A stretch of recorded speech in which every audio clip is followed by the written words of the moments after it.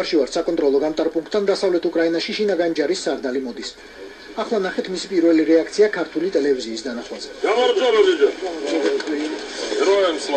შვიდი წელი საქართველოში მსახურობდა საბჭოთა ოფიცრად და სალამის გარდა ბევრი სხვა რამეც ახსოვს.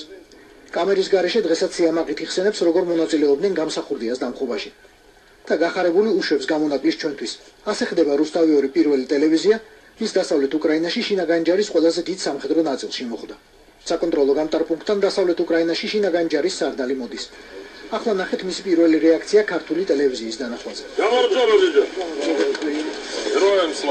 შვიდი წელი საქართველოში მსახურობდა საბჭოთა ოფიცრად და სალამის გარდა ბევრი სხვა რამეც ახსოვს.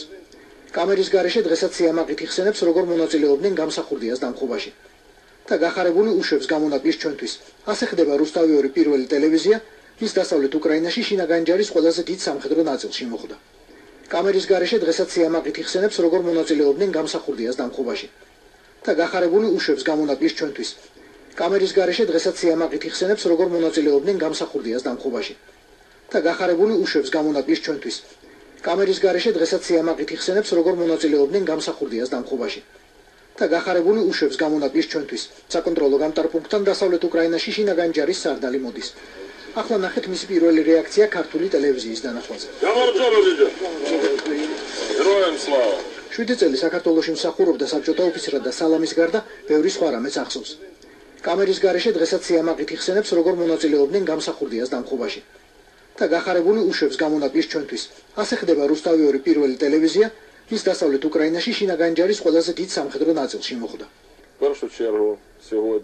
ლვოვში უსაფრთხოებაზე პასუხისმგებელი დღეისათვის სახალხო ლაშქარია. პრეზიდენტი წავიდა, კანონები იცვლება. ხანძრის შემდეგ ჩვენ ყაზარმებს ვარემონტებთ და იმედი გვაქვს მოგვეცემა მოვალეობის შესრულების შესაძლებლობა.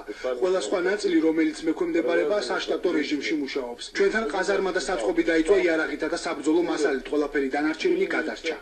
გენერალ ალეროს უკრაინის 9 ოლქში 5000-ზე მეტი მილიციელი და სამხედრო ექვემდებარება. მისი გადასვლა რევოლუციის მხარეს ძალიან ბევრს ნიშნავს. იანუკოვიჩის მობრუნების შემთხვევაში ძალიან ბევრ ცუდს, მაგრამ ყაზარმებთან ერთად ყველა ხიდი დამწვარი აქვს. ადამიანებთან ერთად რევოლუციამ შეერაღებული ძალების გაყოფა. შინაგან ჯარსა და არმიას აღმოსავლეთ უკრაინაში ისევ ძველი სარდლები ყავს. დასავლეთში კი როგორც ამოვენ ახალი უმაღლესი მთავარსარდალია, მისი უდიდებულესობა ხალხი. გენერალმა ჩანს 4 დღეში ყველას დაუმტკიცა, რომ რევოლუციის ერთგულია. ამიტომ დღეს საღამოს მასთან პოლიტიკოსთა დელეგაცია მივიდა და სამეგობროდ გაუწოდა ხელი.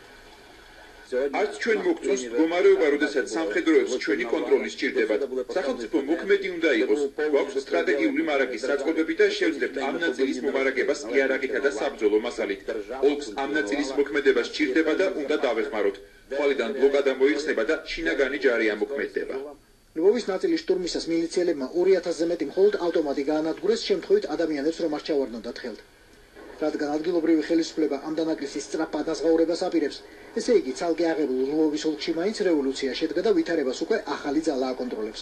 სულს კი ხახაში აქვს გარჭობილი შუბი.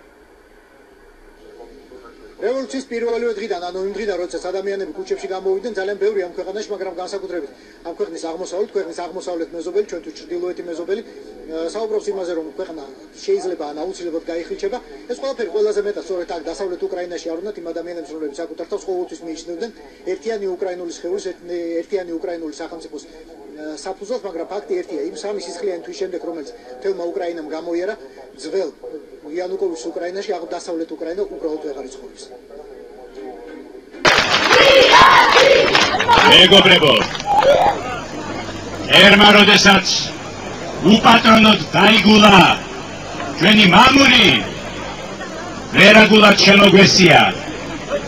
მას ეგონა, რომ ამ კაციჭამიებზე გაბოროტებული ხალხი, გამწარებული ხალხი მას წინ აღუდგებოდა. შემოგვესია ვერაგულად. ჟლეტს ჩვენს თანამოძმეებს არნახული ბარბაროსობით, არაადამიანობით ანცვიფრებს თელ სოფლიოს. ის მტერი წაქეზებულია კიდევ უფრო დიდი მტრის მიერ, მაგრამ ორივე დამარცხდება, გჯეროდეთ, ორივე დამარცხდება საქართველოს ბრძოლაში. ჩვენ არ ჩვენ არ დაუშვებთ ჩვენი დების და ძმების ჟლეტას. ჩვენ არ დაუშვებთ ჩვენი დების და ძმების სისხლის ბრას. ჩვენ საკადრის პასუხს გავცემთ იმას, ვისაც გონია რომ საქართველო უპატრონოა. არ არის საქართველო უპატრონო. არ არის. ამაოდ გონიათ ყავყორნებო. ამაოდ გონიათ რომ საქართველო უპატრონოა, საქართველოს ყავს პატრონი და მალე დაინახავენ ისინი იმ პატრონის ძალას. და ბოლოს დავამთავრებ სახარების სიბრძნით. ქვეყანაზე სიკეთის მქადაგებელი, სათნოების მქადაგებელი ღმერთი, რომელიც მოევლინა დედამიწას და დადიოდა დედამიწაზე იესო ქრისტე ბრძანებს, ვინც ამახვილი აღიღოს, მახვილითავე შეიმუსროს.